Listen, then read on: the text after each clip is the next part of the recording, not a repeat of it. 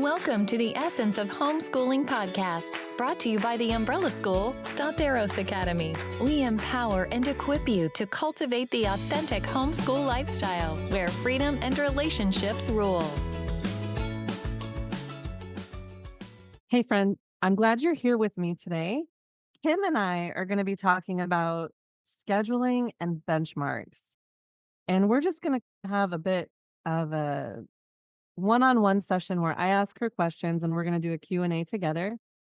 We get a lot of questions about scheduling on a daily basis and then benchmarks on an ongoing basis. We're going to dig into those two things today, and I'm glad you're here. Let's not waste any time. Kim, I want your thoughts on how homeschoolers know if we're doing enough. Because I know I always wondered when my kids were younger. I don't think I do as much now that I've been doing it for 12 years now. But I know when my kids were younger, and I know a lot of homeschool parents really struggle with this, and people who are thinking about homeschooling wonder how they can keep track. So how do homeschool parents know if they're doing enough in their education with their kids so they won't mess them up? Because that's what we're all scared of, right? We're terrified of leaving education gaps that are going to mess up our kids' long run. I know. And I see those posts on Facebook and I think, oh, I just feel so bad. I just want to crawl through the screen and give people a hug and say, don't worry, it's going to be okay. You're not going to mess up your kids. You're just not. It's a good question, though. It's a fair question. How do you know if you're doing enough? And I think probably the best way to cover it is to go back to the beginning to some foundational kinds of steps and kind of work from square one. Thinking back to coming from the classroom and then doing the homeschooling myself and working with all kinds of homeschoolers over the years, there really are some pretty basic foundational steps that we can all take just to get us started and get us moving forward and to help us have those benchmarks. Okay. So, a couple of first steps that I always recommend that people do are these. Step one, you want to pull out your calendar or your planner, whatever you have, whether that's paper. And by the way, we have a couple of great new planners on the Statheros website. Just a little plug there for you guys. But also just whatever kind of planner that you have, or it might even be just a document that you keep on your computer, whatever that looks like, that's fine. So you pull that out, you take a look, you get an overview of your entire year coming up. Now, whether that's a normal September through May school year, or if you're doing year round, whatever that is, doesn't matter. Just get your bird's eye view on that. And what you want to do right away is you want to block out all of your holidays, all of your vacations, any co-op days or any special classes. For some people, sports might be an issue. If your kid's on a sports team that's maybe a traveling sports team, or that's really important to you, those kinds of things, you want to just get them out of the way right away. Block them off, put an X through them, color them with a pretty color, whatever you want to do. And that way you know what you're working with, what kind of days you're working with. So that's step one. And then the next step is you take your core classes and you go through each one of them one by one. Okay. So you decide in general what you want to cover in each class that year. Now, I'm talking really in generalities for typical kiddos, typical students. There might be some variations, obviously, but this is for your normal kids. So you look at your subjects and you think, okay, say in this math book, my first two chapters, why am I reviewing addition? My child already knows subtraction and percentages and things like that. And you absolutely know, they know what they're doing here. This is not a problem. I'm just going to skip those. Or maybe at the end of the book, there's extra lessons. You think, wow, that is just above and beyond if I get there, but I'm not going to stress about it. Or maybe there's something in the middle that you look at it and you think, that is really superfluous. I don't know why that's even in this book. And you know right away, you can just skip that. Generally speaking, you take a look and you pare down. So notice how we're funneling this down, right? And you start to decide, okay, what can I get rid of? What do I want to keep? What's important to me and to our family and to my child personally? So you cross off those lessons. And then you go back to your calendar, you take what's left of that subject, whatever subject you're working within, and you break it in half. Okay. So roughly into 2 semesters, right? And then from there, you break it down further into your calendar. Okay, I've got essentially 18 weeks in the fall, 18 weeks in the spring. If you're going on like a normal school calendar, it might vary for some people, but that's generally what it is. And then you break those lessons down and you decide, am I going to do one lesson a day, one lesson a week, depending on what your subject matter is, what grade your child is in. And then you start filling those things in loosely in pencil in your planner. So those are my big ones, right? Loosely and in pencil. So because we like structure, we really do, but we also like the freedom to be able to fine tune to our kids' needs and our family's needs. So after you get your core subjects done, then you want to move on to your extracurriculars, fill those in, basically do that the same way. So again, you can do this in a planner, you can do this in a document on your computer. You can even take your book and you can mark it up with post-it notes. Like maybe your favorite chapters you want to make sure you give them pretty bright pink post-it notes, but the ones you're thinking, "Well, if I get to them, I get to them," maybe those are the blue post-it notes. Maybe you write on your post-it notes, I want to make sure I have this chapter done by December, note to self, and you mark it up that way. So whatever system makes sense to you, use your system and work with it. So that's a good way to start to where you now have a general idea of what you're going to cover over the school year. So that's our starting point. So let's say you get to the end of September and all of a sudden you start looking at your planner and you think, oh my goodness, I am not even halfway through what I thought I would get done in September. Because if you're like me, raise your hand if that has happened to you 100 times, right? Yeah. So you look at it and you think, oh my goodness, now what? Am I totally failing? Am I ruining my child? It's only September and we're just already a failure. No, that's okay. But it's good to stop and reevaluate, right? We always do this in life. We pause. And this is where our benchmark kind of idea comes in. And we think, okay, these were the benchmarks that I had set up. These are the things I wanted to see if I could get done in this certain amount of time already in September. Is this working or is it not? And there might be a lot of reasons why it may or may not be. So we ask ourselves, we reevaluate, we say, okay, why are we not where we had hoped if we're not there? Did we overschedule ourselves? Boy, have I done that. Oh my goodness, have I ever done that? Does something have to go? Do we have to drop that online class? Do we have to pare back in some other way? Very normal. Please don't worry if that happens to you. It's so normal. It might be overscheduling. It might be unexpected circumstances like a family illness or a child's illness. I was talking to someone recently whose child had a chronic sinus or an adenoid or a tonsillitis type thing going on that they just kept losing days of school and it was just tough. So kids can't learn super well when they're not feeling great. And maybe you just plain have some struggling learners that you just didn't realize right off the bat, or maybe you need to fine tune how you're teaching them. And you need to possibly reassess their learning styles as well, because I've had that happen. I thought my child learned the same way as I did. Oh my goodness, I like workbook nerd kid. That was just me. But lo and behold, my boys, not so much. So I had to reassess that and relearn, okay, how do I teach my children, these individual human beings, reassess their learning style and go with that? So we reassess and we try and decide, okay, why are we where we're at and what can we fix? What can we adjust? Sometimes it's simply a matter of just slowing down until life gets back on track. And other times you realize, wow, I've really done a lot of park days already in September. Maybe I need to stay home a little bit and actually do a little book work.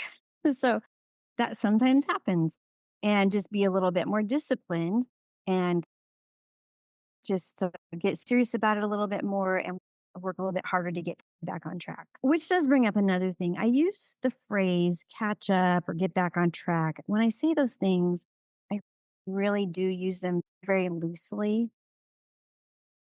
I like to focus on the big picture academically and also with kids in general, because when we say things like, are my kids on track?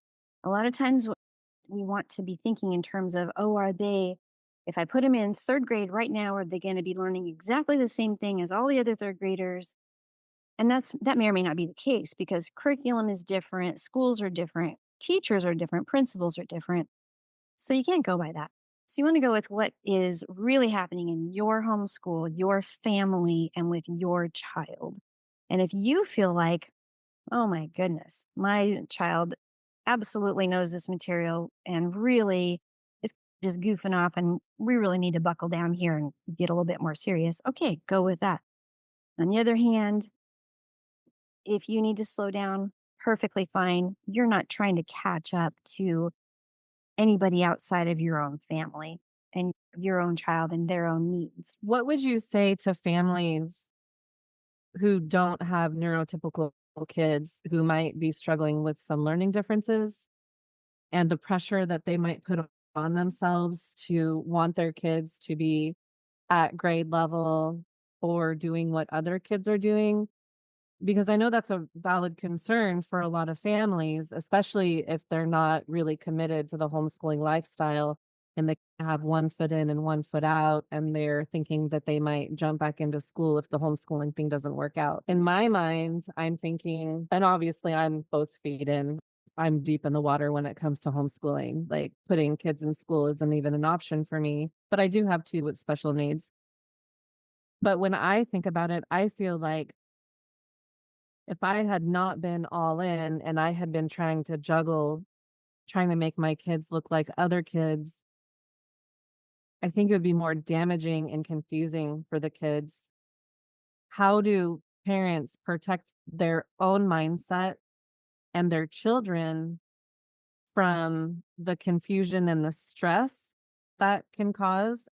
And ultimately, does the stress of putting that pressure on the kid to try to function and look and act like their counterparts? If a kid is going through that pressure and they're being, whether or not they even can put the words to it, if they're being compared to kids in a conventional school setting, how is that going to affect their learning and their ability to thrive? And how can parents know if they're doing enough and getting the things done they need to do when there's special needs involved? Like I'm talking about like maybe dyslexia or dysgraphia or dyscalculia or processing disorders, things like that. Yeah, those are really big questions. And there are a lot of resources out there that are available to homeschoolers to help us out.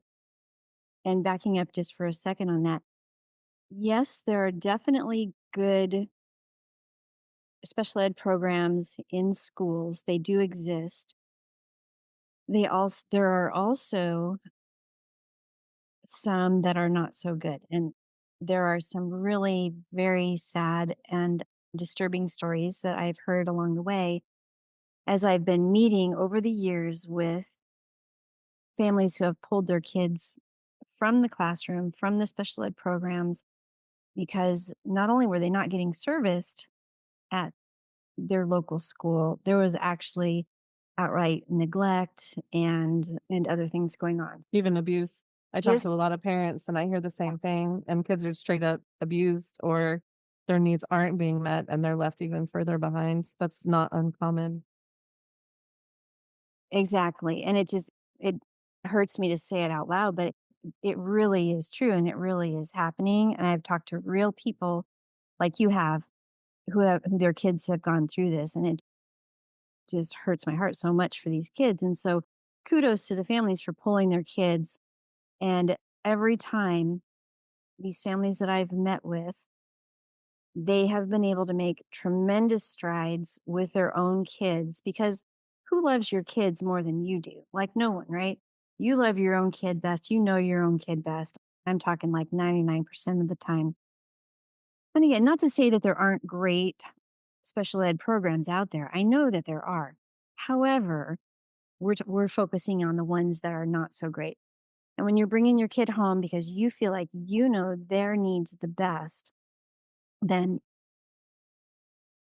you really can own that, okay? Because there are so many support systems out there for parents of struggling learners, for the struggling learners, all kinds of online things that you can use or programs that you can get connected with, some really well-known ones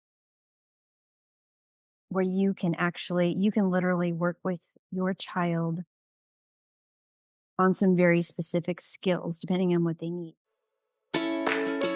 Are you looking for a supportive community to walk with you through your homeschooling journey? Look no further. Statheros Academy is your go-to umbrella school for fulfilling legal reporting requirements in Colorado. But what if you don't live in Colorado? We still serve you through our support tools and services. At Statheros Academy, we're not just another institution. We're your partners in education, providing comprehensive support services designed to empower, encourage, and equip you to be the best homeschool parent that your children deserve. Teacher and student IDs, parent and professional evaluations, attendance logs, record-keeping services, DIY high school transcripts, or our official homeschool high school transcript service produces personalized transcripts that highlight your students' unique accomplishments. High school diplomas celebrate your family's achievement when you successfully complete the adventure. Additionally, our experienced homeschool coaches provide one-on-one support throughout your journey. Custom tailor your homeschool support system by selecting one of our 3 enrollment packages based on your family's needs. This way, you can get exactly what you need to make the most of your homeschooling experience. We come alongside you in the way you want to be supported, whether that's the bare minimum or holding your hand each step of the way. The Umbrella School Statheros Academy provides what you want the way you want it. So why wait? Enroll with Statheros Academy today and unlock a world of possibilities for your homeschooling journey. Go to theumbrellaschool.com to learn more and sign up. We can't wait to serve your family. One great source is spedhomeschool.com, SPED homeschool.com. Peggy Ployer runs that one. And you may have seen her speak at some of the homeschool conventions or seen some of her things. That her website has a lot of resources for struggling learners, special ed, homeschoolers specifically. That's her focus, that's her gig, and she's got all the different kinds of areas that might touch. So that's a good resource. Diane Craft, 2 N's in Diane, dianecraft.com, I think. Mhm. It is, she's got some very interesting techniques that she uses. She talks about brain blocks and how to unblock those learning gates in your brain. Another one is Bridget Mosley, and she is working with, I want to say Master Books, but I have to look that one up. Bridget Mosley, you may have seen her also at some of the homeschool conventions. She also has some great techniques that she uses to help kids that are struggling learners. So those are just a few off the top of my head. I was gonna say Diane Craft. I use Diane Craft stuff with one of my kids who has dysgraphia, and it helped him so much. I can't even believe how much it helped him. He really overcame a lot with that. And the thing that I always tell people about Diane Craft, her stuff, she's brilliant, but she's dry. Don't go in there expecting to be entertained. You go in there knowing that you're there to learn and that if you power through, you're going to get a lot out of it. Like she is really good. I encourage people to check out Diane Craft. And then another one that I really like is Colleen Kessler. It used to be Raising Puppies, but she does Twice Exceptional. So she focuses on supporting kids who are gifted, but then also might have difficulties in other aspects. Because that happens a lot, right? That happens with kids where they might be gifted in one area, but then lacking in another where they need a little bit of extra support. Mhm. One thing that I want to say from what I've talked to people and seen, there are people who used to homeschool and put their kids into a school because they were worried about grade levels and things like that. And then there are people who always had the kids in school and they were getting this special needs support. And I say that loosely. And again, yeah, there's some good programs out there, but there are a lot of not good programs out there too. And I want to be fair and real about that and warn people. But the toll it takes on the children Mhm. is significant. And I've had more than a few parents tell me that their kids asked to be homeschooled and they weren't comfortable doing it. And so they didn't, and they left them in school. And now their kids have serious depression and anxiety. Kids who are being pressured to learn at a grade level and who are not accepted as they are, who they are, and met where they are, it can have very damaging effects. And if your kid is struggling and you put them in a school, you've just stressed them out even more. And now they're taken out of the environment where they're comfortable and where they're being nurtured and cared for. And if it's not the right fit, if it's not the right people, if it's not the right program, you're messing with your kid's mental health. And I've seen so many parents who have taken their kids out because now they're suicidal. Mm. Now they have severe depression, they have severe anxiety. And I just want people to think, what is it worth? What is your real goal?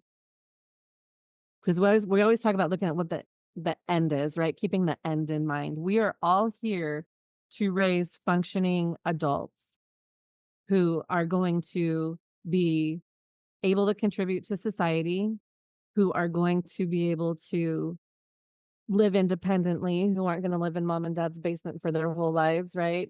This is the goal, right? All the parents want kids to be successful and do good things. What is it? I ask people to think about in your house. What defines a successful adult to you? Is it someone who's going to check the box like everybody else? Or is it someone who's comfortable in their own skin and who has learned how to navigate their own learning differences? Because I have ADHD. One of my boys has ADHD. And I found out too late in life that I had it. And it was like, oh my gosh, everything makes sense now. Now I'm starting to learn about this. Now I'm in my 40s and I can start trying to figure out how to manage this in my life. And so I want everything that I'm learning, I'm trying to tell him, oh, yeah, this is why you're doing that. It's because you have ADHD and this is the effect on it. Now, this is how we mitigate it. Okay, we have to keep track of things. So you set up systems for yourself, right? We go through that. And I know that he's going to be better off us talking through it with his systems and the things that he has to do. And that's just one thing we're working on right now. Than had I shoved him in a school where I think he's okay because I don't see him and a professional is taking care of it, but I really don't know what's happening until it's too late. You know what I mean? It's just Absolutely. what human? We don't compare ourselves to each other. I don't say I'm not doing things like him, so I need to work harder. I need to be more like him. That's not how it is. We're all here created in our own ways for our own purposes. And there's no such thing as grade level when we're adults. There's no such thing as everybody being this. What kind of a world would we be living in if everybody was exactly the same? Everybody has strengths. Everybody has weaknesses. As homeschoolers, it's our job to identify the strengths and help them exceed in their strengths, to excel. How far can they go with their strengths? And then recognize, okay, they're not as strong here. So how can we better support this so they can go as far as they can?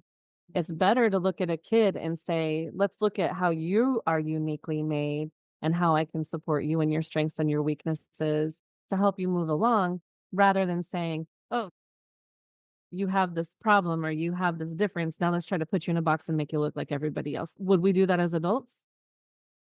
I Right. wouldn't. If someone And tried to make me be like someone else, I'd walk away. yeah, I don't know. I think there are tendencies in society where you're supposed to fit in a certain box at times, but don't we all inwardly rebel at that? I think we do. And then circling back to the classroom, I know a lot of wonderful teachers. And I was a teacher myself in the classroom. And the school that I was in, I taught for 10 years and in the classroom. And because it was a private school, we did not have IEPs or anything like that. But I still would have parents come to me and say, here's my child's need. Can we work around this? And even though we had a small class size, and even though my heart was absolutely to help that child, logistically, when you're working with 20, 24 or more kids, and these days class size is even greater, it's just logistically impossible sometimes to keep up with each individual child's specific special needs like that. I had one year when I was teaching, I think I had 24 kids and I had one third of them that were just really exceptional, like genuinely gifted kids that like should have been in eighth grade or something. And I was teaching fourth grade and other kids that had other struggles. And then I had a group in the middle that was just neurotypical. And so I was just spinning plates all over the place with all these kids, just doing the best that I could. And realistically, though, I was one person. Mhm. And my principal helped me as much as she could. I got an aide for part of the time. But when it comes down to it, who's going to be better at that job? The mom and the dad, the parents, or sometimes in some cases, I've seen grandparents that are stepping in and are helping these kids. So I think when you get that more individualized attention, 9 times out of 10, it's going to just be a lot better if you can manage to do that. I think so too, because as parents, we can look at our children and we know the signs. Oh, they're starting to get stressed. This is starting to get to be too much. Oh, or no, they're actually really interested in this and we can let it go a little bit further. They can't do that. I don't care how well intentioned the teachers are. There, I really truly believe there are a lot of really great teachers out there. And I also believe that there are a lot of bad teachers out there who shouldn't be teaching. Hmm. I think that's a fair statement. But the fact is, even the best ones, they cannot look at your child the way you can and know where they are as regards to their limitations Hmm. and how far they can keep going and when it's time to stop and when they're beating themselves up. Because a lot of times, too, I think that a lot of kids with special needs also have perfectionism, and that's a killer. When they start beating themselves up, and maybe they don't even have perfectionism, but they can feel it. Like all humans, I believe that all humans, unless they're like really bad guys, I believe every human wakes up in the morning and wants to do good things. They want to wake up, they want to have a day where they do good things and they succeed and they feel good about themselves. And that's how people are content when they're accomplishing things. I think we can trust that natural process that these kids are going to want to wake up and do good things and they're not ill intentioned, right? Sometimes kids can be snarky. They're children, right? Whatever. That's like outside of that. Teachers can't recognize that. And they also don't love the kids. And when the kid is sitting next to somebody who loves them and they have a relationship with, and they know that they can trust them when it starts to come undone, if they do need to cry or things need to start, I just feel like that goes such a long way in providing a customized education in a And smaller setting. absolutely. And I would say I did love my kids, but at the same time, there's no way I loved them as much as their parents did. That's Sure. impossible, right? And again, even if I wanted to provide each individual child with an individualized, specialized education, You physically, couldn't. logistically impossible. You couldn't Yeah. do it. Yeah. We do the best we can in the classroom. Sure. And, but at some point, if, if you're able to bring them home and work with them yourself, 9 times out of 10, you're going to have a much better experience. I think your kids are going to progress much more quickly and more thoroughly. I And you do evaluations, you see it all the time. Do you find that's a true statement that when kids with special needs are at home with their parents, getting that one-on-one, that they advance more than they would in the schools? 100%. I hear it literally all the time. I I've had many children with Down syndrome, and it's amazing how much that they can accomplish in the home that their parents say the teachers at the school said their child would never do XYZ, whatever it was. And here they are doing wonderful things because they've got this focused one-on-one attention with the patience and the love and the care at the home. Yeah, I Mhm. absolutely see that. I've seen and heard the same thing repeatedly regarding dysgraphia, Mm, dyscalculia, dyslexia, autism spectrum. It's a big deal. I think the biggest thing, the deal breaker is, are the parents willing to learn and are they willing to look for like it takes effort. I'm not going to say it's not effort. You have to educate yourself. You have to learn about the special needs. You have to learn about the things that are there to support and like the resources we were talking about earlier. mhm. that's real. That's a big deal to learn about it and to get through. I can't believe the progress that my kids made. And so one of my kids was speech delayed, and I had him in all the services. I was doing all the things that they told me to do, and nothing was happening. Like it wasn't getting better. And then I learned about a book called It Takes Two to Talk. And it was like $120 for this. It wasn't a huge book, but it was a smart book. Mhm. So I got this book out and I just started reading it. I was like, I love him. I can do this. We're going to figure this out together. I want him to be able to talk. And then we started learning sign language. And then we started doing the things. And once I learned how to speak to him and I learned how to help him and how to support him and how to lead him and help him, he progressed so much faster. It was that and private speech therapy. The private speech therapist was able to do in such a short amount of time what was not working with the IEP in the preschool that I had him. And he was so tiny. He Oh, hated that school. He hated it so much. He was miserable. They did a little school picture. I saved it to this day. I still cry when I look at it. And the look on his face, it was like his eyes were devastated. Like, why did mom leave me here? And it was actually when I saw that picture of him, when I got it back after school pictures, I'm like, I am not doing this. I cannot do this to my son. I pulled him out. mm, We went to private speech therapy. And I'd say it maybe took 3 to 5 sessions between that and my book that I bought and reading it myself. And he was able to start talking. that's amazing. Yeah. Just that focused personal attention. Yeah, and speaking of speech, I did want to do a quick shout out to another friend of the homeschool community, Tara Reel. And Yes. I'm glad you brought her up. yep, and her business is speechykeenslp.com. And you may find her at the homeschool conventions as well. But she was actually homeschooled herself, and now she's a homeschool mom, and she has um, this business she's a speech therapist and just doing a fabulous job. So she's She's someone you great. can look up. Yeah. And she loves the homeschool community. Yeah. She spoke at one of the conferences that we hosted a couple of years Mhm. ago. She was there and she did such a great job. And she's just so passionate about helping other homeschoolers, very generous. Yeah. Super She's smart. Thank you for joining us on today's episode. We hope that you enjoyed the conversation and found it insightful. Be sure to check out today's show notes for all applicable links and additional resources. If you liked what you heard, please subscribe, rate, and review our podcast. Your support helps us continue to bring you great content. Until next time, happy homeschooling.